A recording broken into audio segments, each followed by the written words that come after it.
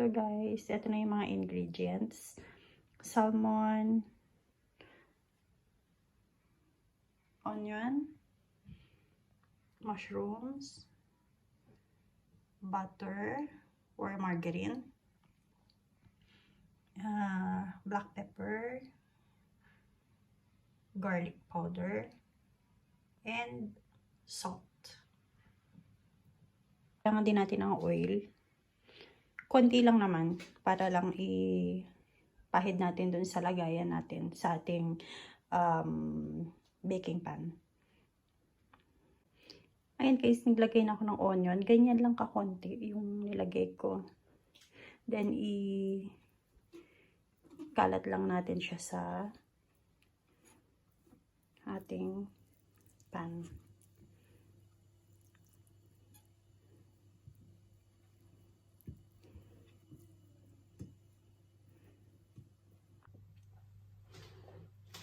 So, ayan, napahiran ko na ng oil yung ating pan. Naghugas na ako ng kamay guys, make sure malinis yung kamay nyo. Pwede nyo na ilagay ang inyong salmon.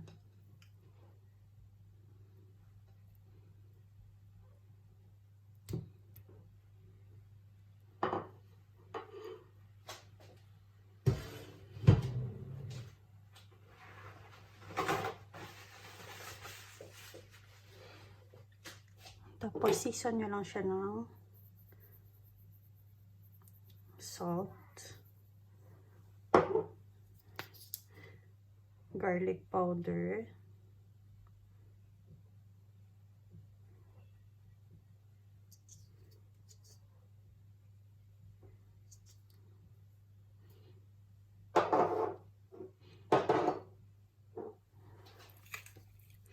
black pepper,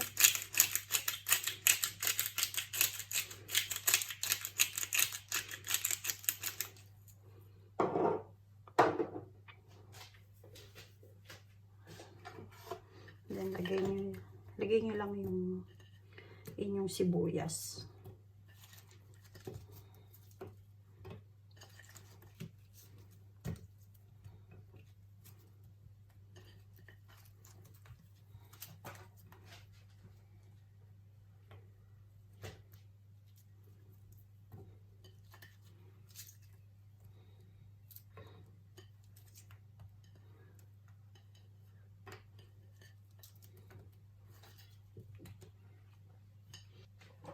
And then yung inyong mushroom.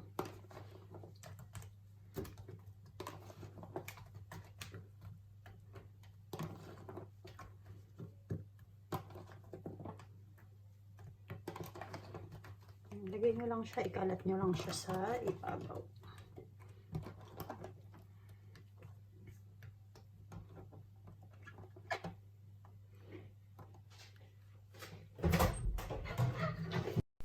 Isunod naman natin yung ating margarine or butter.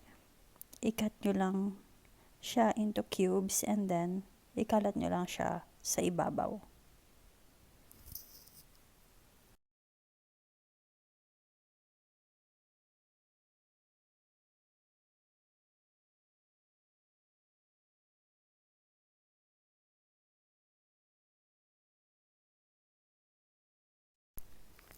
So, ready na ang ating salmon para ilagay sa oven.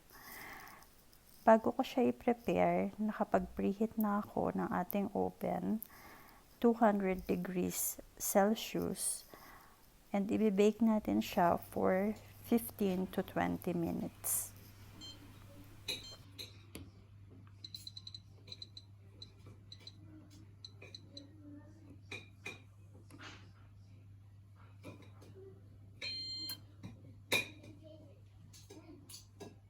So, ilagay nyo na yung salmon.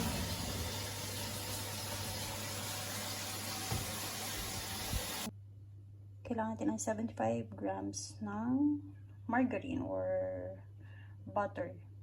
And then, ilalagay na natin itong powder.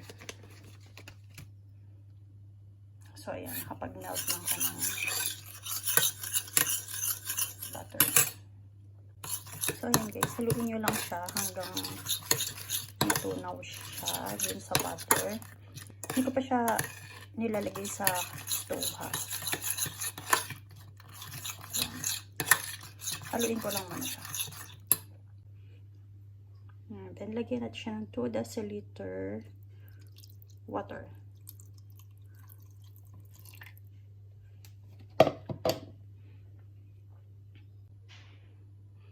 And 0.5 deciliter na milk.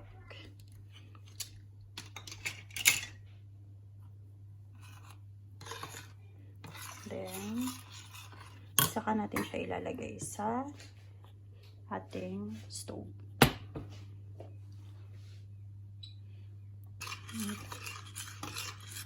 Kailangan nyo siyang haluin habang niluluto nyo siya para hindi siya magbuo-buo sa ilalim. Tsaka masusunog kasi pag hindi nyo siya hinalo habang niluluto.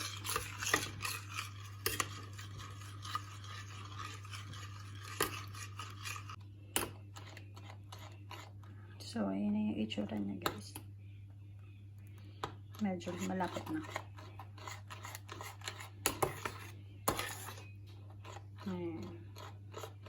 In-off ko na rin yung stove. So, halo-halo lang. Aalisin ko na rin siya sa heat. Ayan. Sarap.